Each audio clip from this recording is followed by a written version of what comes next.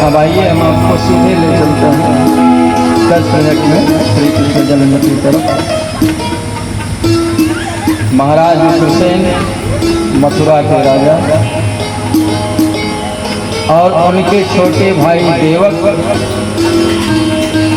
जिनकी 7 पुत्रियां, 6 सूरसेन के पुत्र महाराज वसुदेव के साथ ब्याही गई थी।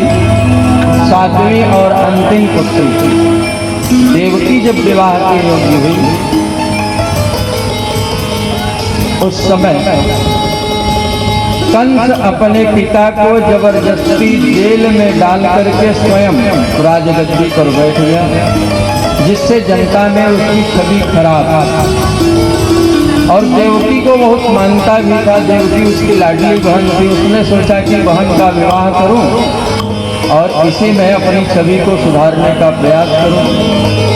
तो देवकी का विवाह भी वसुदेव के साथ निश्चित कर दिया।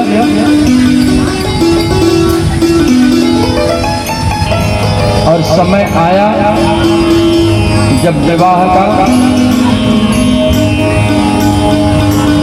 किया वसुदेव जी के साथ, और स्वयं रथ पे बैठा करके अपने बहन और बहनोई को स्वयं सारथी बन करके देवकी को ससुराल पहुंचाने के लिए चला। देवताओं ने आकाशवाणी कर दी कि अरे कंस, तो जिस अपनी लाडली बहन को इतने प्यार से ससुराल पहुंचाने जा रहा है, इसी के 8वें पुत्र के द्वारा तेरी मृत्यु होगी। अरे महाराज, इतना सुनते ही कंस तलवार निकाल लिया, देवकी के केस को पकड़ा, खींच लिया। अभी मैं इसको खत्म करता हूँ, न रहेगा बात, न बजेगी बांसुरी। वसुदेव जी ने समझाया, भैया क्या करते हो? अरे बहन की हत्या का दोष लगेगा, ये नवविवाहिता है, अभी अपने ससुराल भी नहीं पहुंची है, पैरों का महावर, हाथों की मेहंदी, अभी उसका रंग भी फीका नहीं पड़ा है, जगत में निंदा होगी तुम्हारी। अरे मौत तो सुनिश्चित है, आज हो या 100 वर्ष बाद हो। वसुदेव जी ने समझाया, जन्म मृत्युम वतां वीर देहेन सह जायते, अद्यवाप्त शतान्तर्वा मृत्युर्वै प्राणिनां ध्रुव। चाहे आज मृत्यु हो, अरे पहली, दूसरी, तीसरी, तब 8वीं होगी ना। जितनी भी संतान होगी मैं आपको वचन देता हूं, ले आके दे दूंगा। कंस प्रसन्न हुआ कि वसुदेव जी कभी झूठ नहीं बोलते।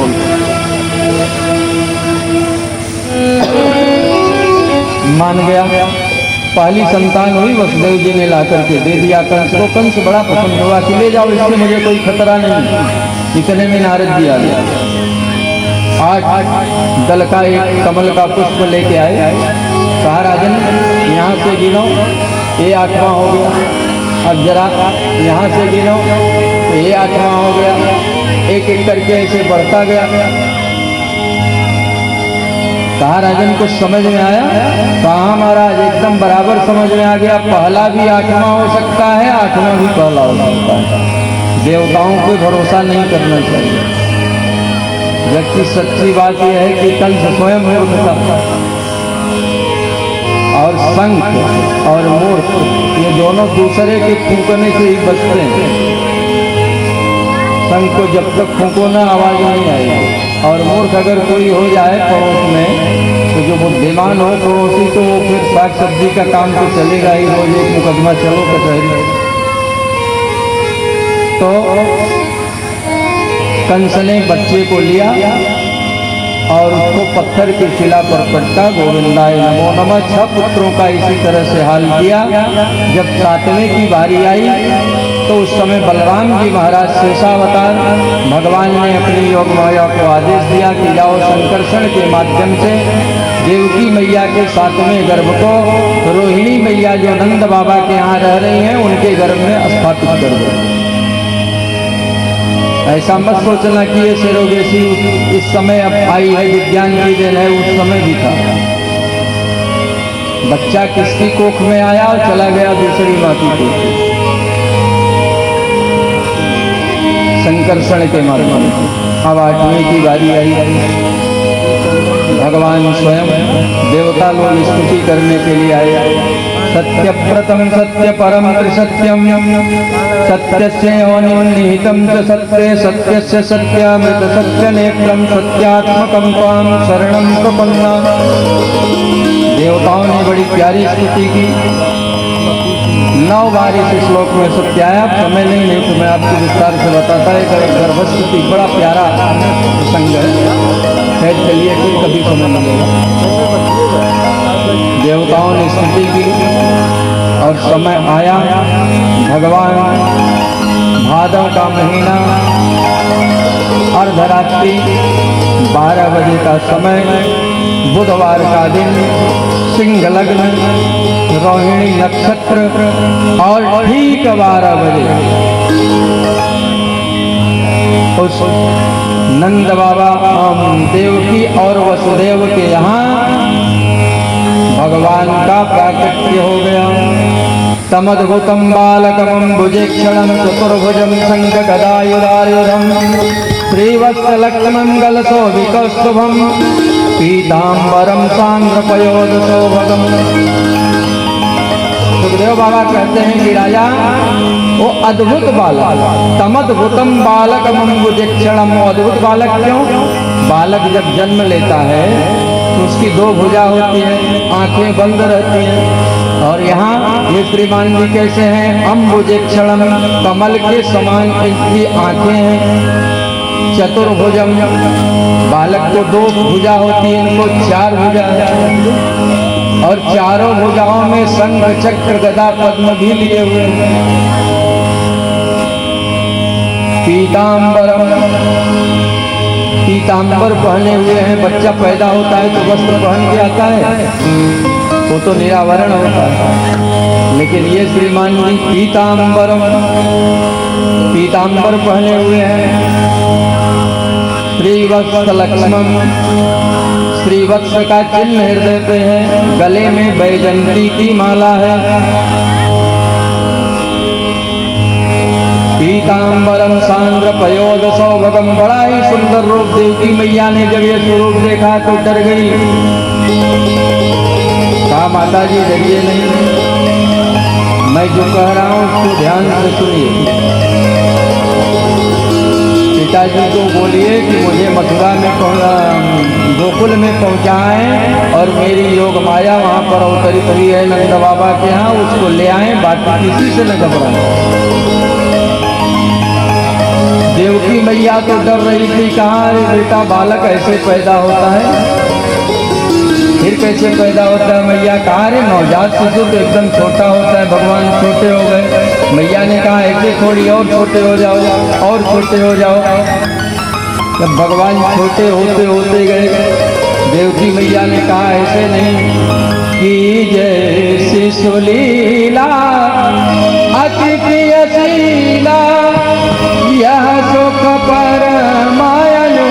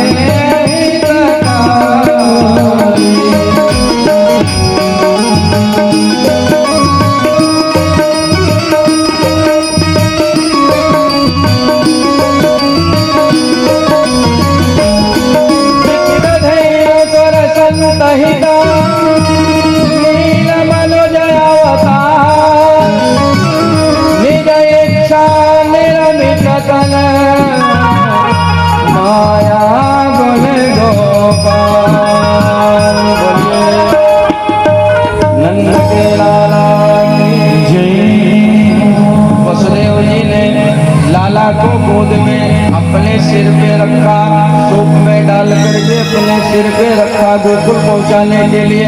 और जैसे ही भगवान को सिर पे धारण किया, वैसे ही हाथ की हथकड़ी, पांव की बेड़ी अपने आप टूट गई, कोठरी के ताले टूट गए, दरवाजे खुल गए, पहरेदार सब सो गए। ऐसा क्यों हुआ?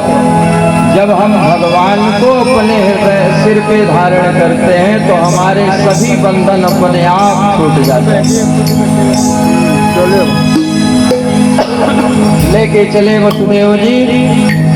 जमुना जी ने सोचा कि मेरे प्राण धन प्रियतम पधार रहे हैं,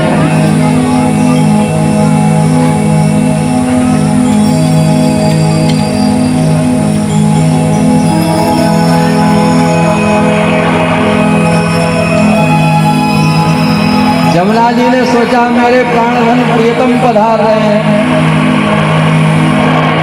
कम से कम चरण स्पर्श तो करूं। और ऐसा सुंदर मौसम हो गया महाराज, बादल दिन दिन बरसने लगे।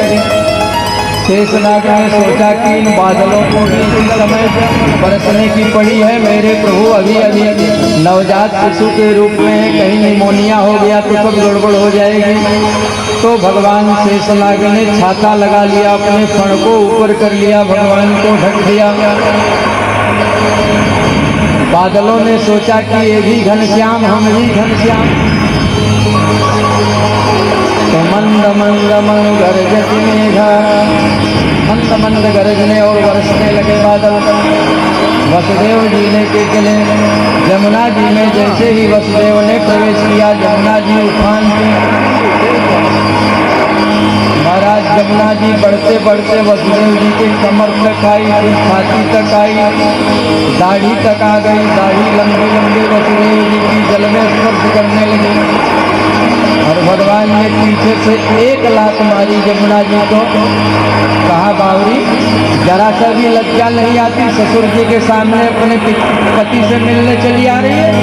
अरे कुछ तो मर्यादा रख। भगवान ने पीछे से पाँव मारा यमुना जी को। यमुना जी को चरण स्पर्श मिल गया। यमुना जी एकदम से सूख गई, रास्ता दे दिया। वसुदेव जी गए गोकुल में नंद बाबा के यहाँ। अर्धरात्रि में यशोदा मैया अपनी कोठरी में सोई हुई है और लेके चले कन्या को उठा लिया और लाला को यशोदा के बगल में सुला दिया। नंद वसुदेव जी लेके वापस लौटे।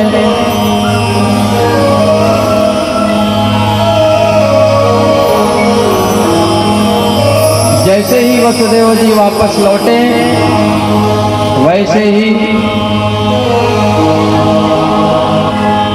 हाथ की हथकड़ी लग गई, पाँव की बेड़ी लग गई, जेल की कोठरी के ताले बंद हो गए, पहरेदार सब जग गए। और पहरेदार जग गए, कन्या ने जोर से रोना शुरू किया। जब द्वारपालों ने जाकर के सैनिकों ने बता रहे महाराज होएगा होएगा होएगा। कंस दौड़ा दौड़ा आया, महाराज देवकी के हाथ से कन्या को छीना और छीन करके पत्थर की शिला पर पटक दिया। कन्या हाथ से छूट करके आकाश में अष्टभुजा के रूप में प्रकट हो गई। बोलिए दुर्गा मैया की जय हो, अष्टभुजा मैया की जय हो, वासुदेव मैया की जय हो। गोपगृहे जाता यशोदा गर्भसंभवा, ततस्तौ नाशयिष्यामि विंध्याचल निवासिनी। और उधर नंद बाबा के यहाँ सबसे पहले सुनंदा जी उठी, नंद बाबा की बहन। उन्होंने देखा कि भाभी आज अभी तक नहीं उठी, सो रही है, क्या बात है। जब कोठरी में झांक करके देखा तो एक नीलमणि उनकी बगल में खेल रहा था। सुनंदा ने कहा अरे भैया बधाई हो बधाई हो। नंद बाबा ने कहा किस बात की बधाई, बहना जल्दी से बताओ कहाँ भयो। सुनंदा ने कहा पहले मेरा नेक दे दो तब मैं बधाई दूंगी।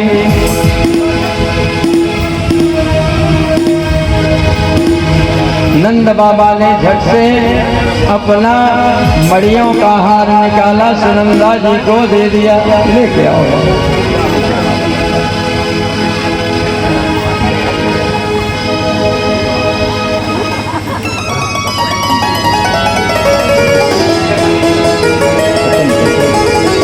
नंद बाबा के यहाँ पहुँचे।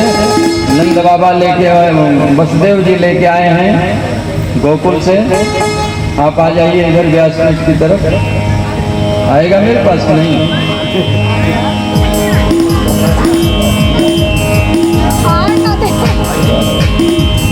बोलिए नंद के लाला की,